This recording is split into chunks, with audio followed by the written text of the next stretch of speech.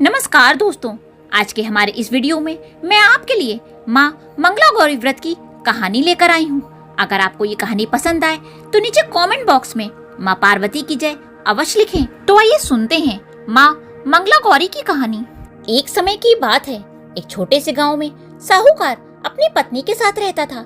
साहूकार के पास भगवान का दिया सब कुछ था। वह बहुत धनवान था। सभी प्रकार के सुख ऐश्वर्य उसके पास थे, मगर उन्हें एक दुख हमेशा सताता था कि उनकी कोई संतान नहीं थी। यह दुख उनके मन को हमेशा कचोटता रहता था। एक दिन की बात है, उस साहूकार के घर में एक साधु महात्मा आए। साहूकार ने उनका खूब आदर सत्कार किया और साधु महाराज को अपने निसंतान होने की बात बताई। तब उन साधु महात्मा ने उस साहूकार को सावन के मंगलवार के दिन किया जाने वाला मंगला गौरी का व्रत रखने को कहा और उसकी पूजन विधि भी बताई।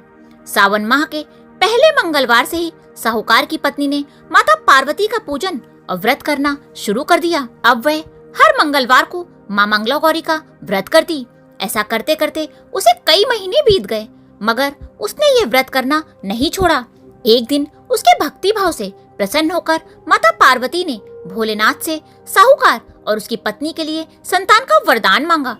उस रात को साहूकार ने सपने में एक आवाज सुनी कि जिस आम के पेड़ के नीचे गणेश जी विराजमान है, उस आम का फल तोड़कर अपनी पत्नी को खिला दो, तुम्हें अवश्य पुत्र रत्न की प्राप्ति होगी। अब साहूकार ऐसे आम के वृक्ष की तलाश में निकल गया। कई दिनों के प्रयास के बाद उसे एक आम का पेड़ मिल ही गया, जिसके नीचे गणेश जी की मूर्ति विराजमान थी। साहूकार ने आम तोड़ने के लिए पेड़ पर पत्थर मारने शुरू कर दिए। ऐसा करने से आम तो टूट गया, लेकिन साथ ही साथ एक पत्थर गणेश जी की प्रतिमा को भी लग गया।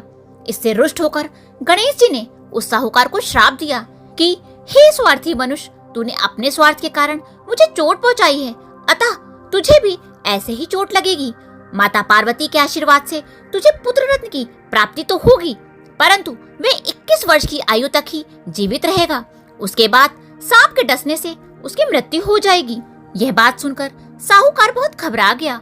उसने घर आकर आम का फल अपनी पत्नी को खिला दिया, परंतु गणेश जी के श्राप की बात उसे नहीं बताई। कुछ समय के बाद उसके घर में एक सुंदर बालक ने जन्म लिया।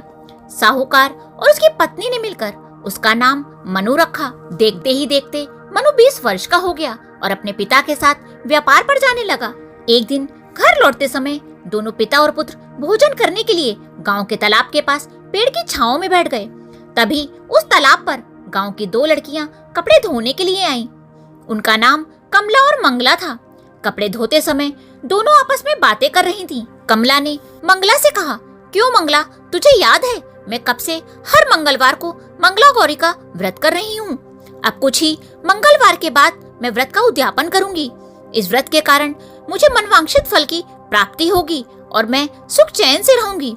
ऐसा कहते हुए कमला आगे बोली, मंगला, तू भी अगले साल सावन के पहले मंगलवार से ये व्रत प्रारंभ कर देना, तो तुझे भी अखंड सौभाग्य के साथ मनवांछित वर मिलेगा। कमला की बात सुनकर मंगला भी व्रत के लिए तैयार हो गई।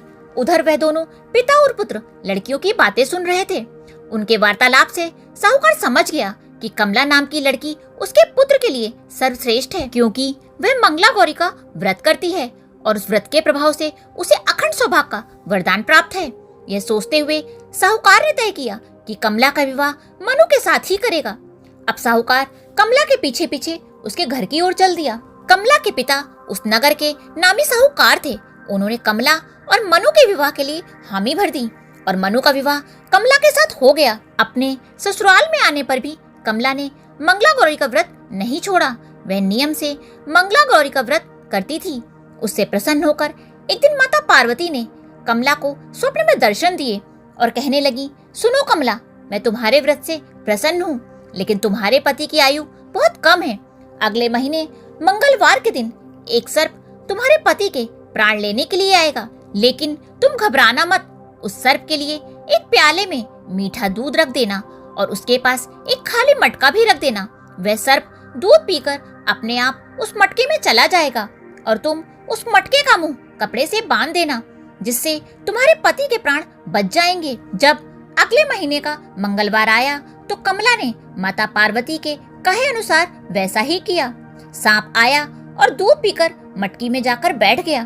कमला ने मटकी का मुंह बांध दिया और उसे जंगल में रखाई। माता पार्वती की कृपा से कमला के पति के प्राण बच गए। घर के सब लोगों को यह बात पता चली तो सभी बहुत प्रसन्न हुए और माँ गौरा के गुणगान गाने लगे।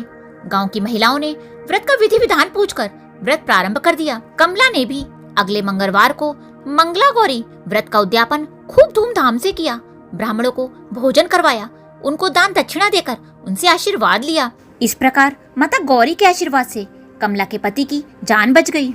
हे माँ पार्वती, जिस प्रकार आपने कमला के पति की प्राणों की रक्षा की, वैसे ही सबकी करना, सभी को अखंड सौभाग्य प्रदान करना। बोलो माता गौरी की जय।